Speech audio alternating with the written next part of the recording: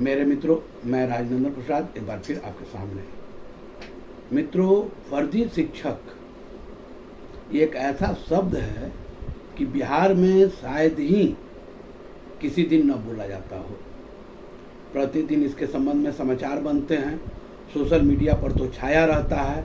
निगरानी विभाग क्या कर रहा है, ये तो माननीय उच्च न्यायालय को पूछना चाहिए था। माननीय उच्च न्यायालय का स्पष्ट आदेश था कि जो फोल्डर गायब हुए हैं, जो फोल्डर नहीं मिल रहे हैं, उस फोल्डर को जब एक बार भरा लिया गया, पुनः जिन शिक्षकों का फोल्डर गायब हो चुका था, माननीय उच्च न्यायालय के आदेश पर उन सारे शिक्षकों का फोल्डर दोबारा लिया गया। इसके बाद भी निगरानी किस प्रकार हुई कि जहानाबाद के एक शिक्षक जो पिछले 10 साल से नौकरी कर रहे थे, वेतन उठा रहे थे, और जिस नाम से वो नौकरी कर रहे थे, जिस व्यक्ति के नाम से, वो व्यक्ति को जानकारी मिली, उसने एक कंप्लेन किया और कंप्लेन करने के साथ ही शिक्षक महोदय अपना त्यागपत्र देकर रफूचक्कर हो गए। ये एक व्यक्ति की कहानी नहीं है। मैंने 34,540 शिक्षकों की बहाली के समय मैंने देखा है कि लगभग हजारों शिक्षकों का डुप्लीकेट नाम चला गया। मैंने उस वक्त कई लोग मुझसे मिलने आते थे, वे लोग अपनी परेशानी बताते थे और मैं लिस्ट देखकर उन्हें बताता था। लिस्ट सार्वजनिक थी।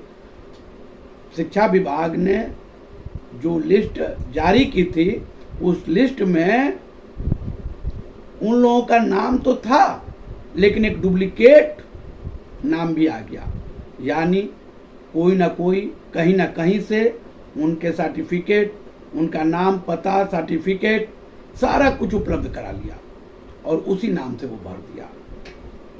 मुझे ये भी ज्ञात है, जहानाबाद जिला और कई जिला में जब शिक्षक काउंसलिंग करने गए तो उसी नाम का व्यक्ति वहां पहुंचा हुआ है। हल्ला हो हंगामा करने के बाद भी वो शिक्षक भागने में सफल रहा। यानी कहीं ना कहीं मिली भगत रही होगी।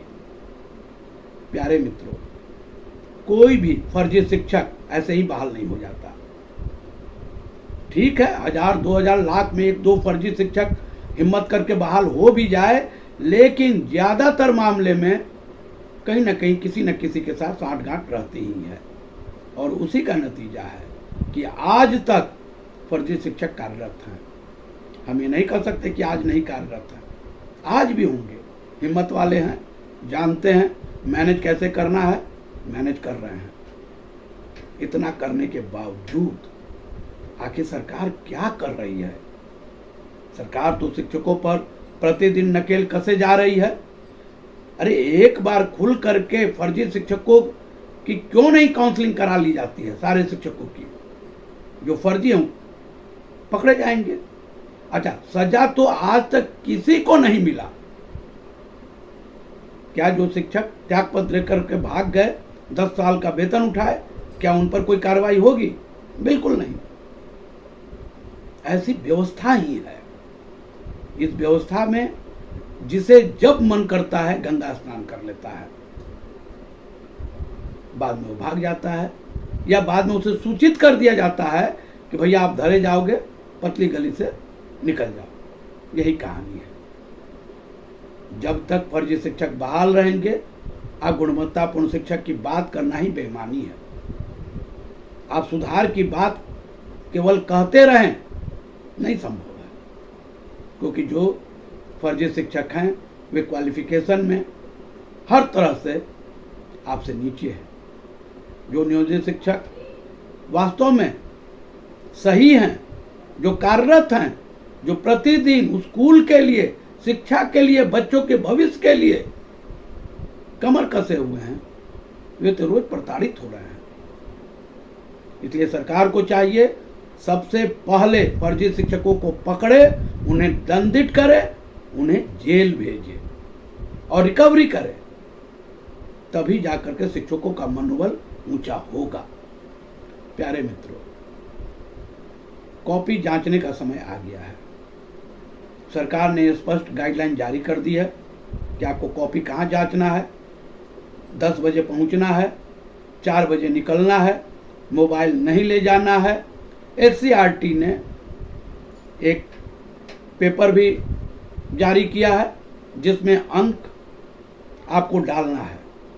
बड़ी विचित्र बात है। एक तरफ सरकार कहती है किसी भी बच्चों को फेल नहीं करना है, नहीं कराना है, और एक तरफ इतने सख्त तरीके से कॉपी जांचने का आदेश भी हुआ है। ठीक है, शिक्षकों में जो कमी है वो जानकारी मिलनी चाहिए, वो सरकार तक, विभाग तक पहुंचनी चाहिए, इसमें कोई दो राय नहीं है। लेकिन जिस तरह से कॉपी जांचने का आदेश निर्गत किया गया है, इस तरह तो इंटरमीडिएट और मैट्रिक में भी जांचने का आदेश कभी नहीं निकला है। ठीक है, सख्ती शुरू से ही हो तो बच्चे आगे चल के न नकल करना चाहेंगे और पढ़ने का तो खैर प्रयास करेंगे ही, पढ़ना चाहेंगे ही, क्योंकि उन्हें ये आभास हो जाएगा कि अब बिना पढ़े हम परीक्षा पास नहीं कर सकते हैं। ये सख्ती होनी चाहिए, हो रही है, उसका स्वागत है। लेकिन जिस तरह का पत्र निकाला गया है, जिस तरह का, उसमें थोड़ा संशय लगता है। फिर भी सरकार अगर प्रयास कर रही है तो हम उस प्रयास का समर्थन करते हैं और उज्जवल भविष्य के लिए, बच्चों के उज्जवल भविष्य के लिए निश्चित तौर पर सरकार का यह पहल सराहनीय है। लेकिन 10 बजे से 4 बजे तक है और आपको स्कूल पहुंचना है 8:40 में। 1 घंटा 20 मिनट आप वहां बैठेंगे। बैठ करके हम तो कहेंगे कि शिक्षक वहां अगर 8:40 में पहुंच रहे हैं तो योगा क्लास करें, उनके स्वास्थ्य के लिए भी अच्छा रहेगा और माहौल के लिए भी अच्छा रहेगा, तनाव मुक्त रहेंगे। 1 घंटा 20 मिनट, लगभग 1 घंटा ही अगर वो योगा का क्लास करते हैं, वहाँ सारे शिक्षक बैठ करके अटेंडेंस बनाने के बाद, तो शायद उनका मन शांत रहेगा, मन चंचल नहीं होगा और शिक्षक के रूप में कॉपी जांचने के वक्त वो ध्यान से नंबर दे पाएंगे। सरकार को इस विषय पर सोचना चाहिए कि अगर 10 बजे से कॉपी जांच का समय है तो 9:40 तक शिक्षक पहुंचते, कुछ बिगड़ता नहीं। लेकिन सरकार का भी रुख अड़ियल है और इसी अड़ियलपन के कारण शिक्षकों में का मन बोझ से दबने लगता है, वे तनावग्रस्त हो जाते हैं। 5-6 दिन कॉपी जांचने का समय है, प्रत्येक शिक्षक 50 से 60 कॉपी जांचेंगे। स्वाभाविक है, कॉपी जांचेंगे, नंबर चढ़ाएंगे, समय लगेगा। अगर उन्हें 1 घंटा या 40 मिनट का ही मोहलत मिल जाता तो शायद वे अपने आप को स्वस्थ रख पाते, तंदुरुस्त रख पाते और मन लगा के काम करते। खैर, ये सरकार की समस्या है, सरकार इसे समझ पाती है या नहीं समझ पाती है, या अपने अड़ियल रूप पर ही कायम रहती है, ये देखने वाली बात है।